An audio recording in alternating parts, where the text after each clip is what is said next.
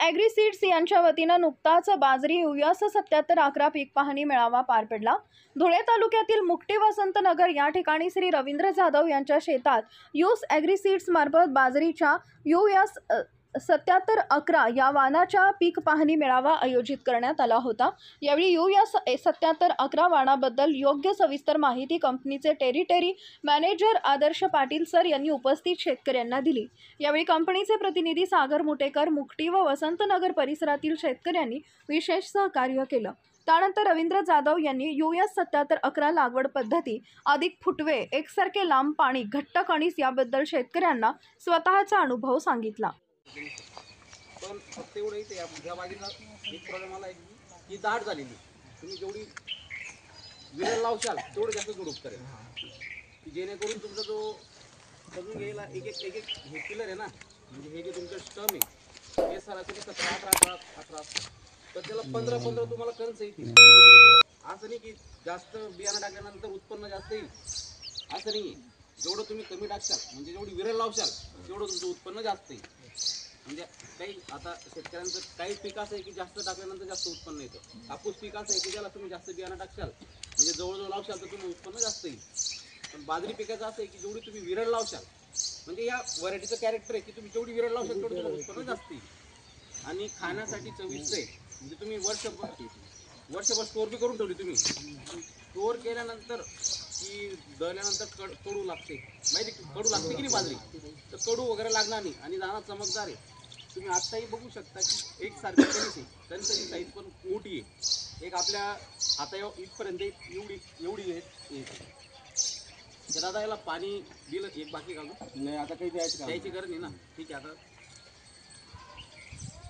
पण आता एक सरासरी 15 ते 20 दिवसात ही रेडी होऊन जाईल। 20 दिवसात जर तुम्हाला अजून पुढे बघता येईल, आता तुमच्या गावात आहे, तर मी हा कार्यक्रम घ्यायच्यानंतर तुम्हाला ज्या टायमाला तयार होईल त्या टायमाला तुम्ही बघू शकता की याचं कणीस किती आणि घट्ट कणीस आहे, जेणेकरून जे चिमण्यावर खातात। आता काही लोक म्हणतात की आम्हाला काट्यावाली बाजरी पाहिजे, पण काट्यावाली बाजरी म्हणजे याच्यामध्ये काय फरक आहे माहिती का? काट्यावाली बाजरीचा जो उत्पन्न असतं हे खूप कमी असतं। जर काट्यावाली बाजरी 5 पोती देतील तर ही 10 पोती देईल तुम्हाला, ही 10 पोती देईल तर ही 20 पोती देईल तुम्हाला। सरासरी ॲव्हरेज आता इकडे आपल्याकडे 2 लावली घ्यायच्या अगोदर पहिल्याच वर्षी चिमण्यावर खातील, एक पोते चिमण्या खाऊ द्या ना, चिमण्या इम्पॉर्टंट आहे का बरं माहिती का? तुम्ही बघताय की मका लावता, तुम्ही कापूस लावता, त्याच्यावर जो आळीचा प्रादुर्भाव येतोय हा आपल्यामुळे येतोय का बरं माहिती का? की आपण जे पक्षी वगैरे होते ते आता दिसत नाही, ते आळ्या वगैरे आपल्या जमीन त्या टायमाला तुम्ही त्याच्यात मशागत करायची, त्या टायमाला तुमचं ते आळ्या वगैरे खाऊन जायच्या, पण आता ते तिथले तिथे ते एक पोतं समजून घ्या दादा त्यांचं रवींद्र गांधींचं एक पोतं चिमण्या खाऊन जातील, 15 पोती तर आपल्या घरात येतील, त्यासाठी आपल्याला चांगलं आहे एक। त्याच्यामुळे की बाजरी चिमण्या खाऊन जाईल, ते काट्यावाली बाजरी घ्या, त्यापेक्षा ही बाजरी तुम्हाला कधी उत्पन्नासाठी चांगलं राहील। आणि इथं जे कणीस आता अजून मॅच्युरिटी नाही, 20 दिवसात रेडी होईल, इथं ते पुरा जो रस येतो याच्यामध्ये हे होईल, तेव्हा तुम्ही बघशाल की तिचं कणीस हे घट्ट राहील। आणि तुम्ही असंच नाही की इथून खाल एवढं भरणार नाही, तेवढं नाही, इथेला तुम्हाला खालपासून तर वरपर्यंत सगळं भरलेलं नाही। तुम्हाला काही विचारायचं विचारू शकता,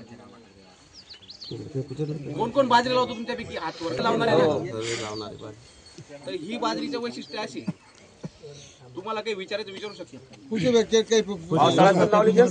पावसाळ्यात पण लावता बरं का, दोघा ह्याच्यात चालणारी व्हरायटी, असं नाही की एका ह्याच्यात चालणारी दोघा ह्याच्यात चालणारी व्हरायटी आहे। चला आपण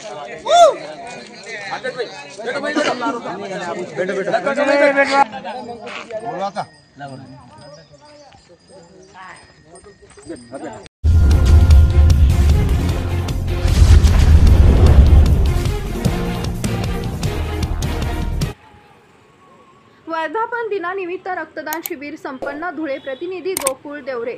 शहरातील देवपूर भागात दी हस्ती कोऑपरेटिव्ह बँक शाखेच्या वतीनं रक्तदान शिबिर संपन्न झाले।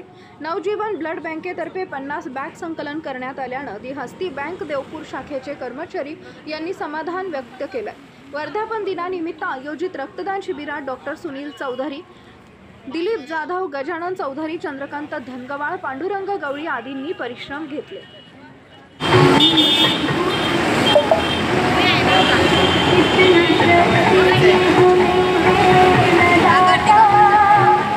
मन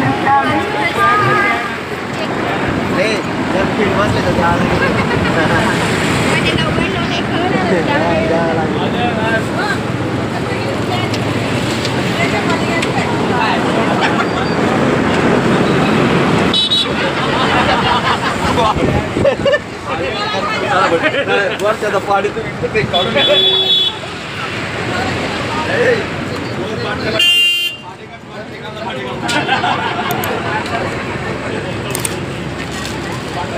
नाही माहिती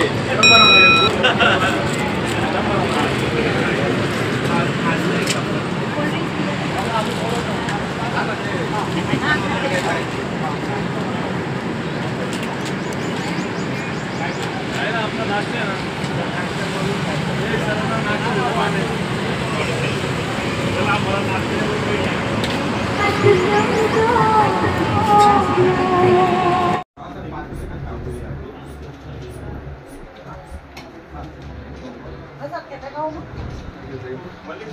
Mami po, never.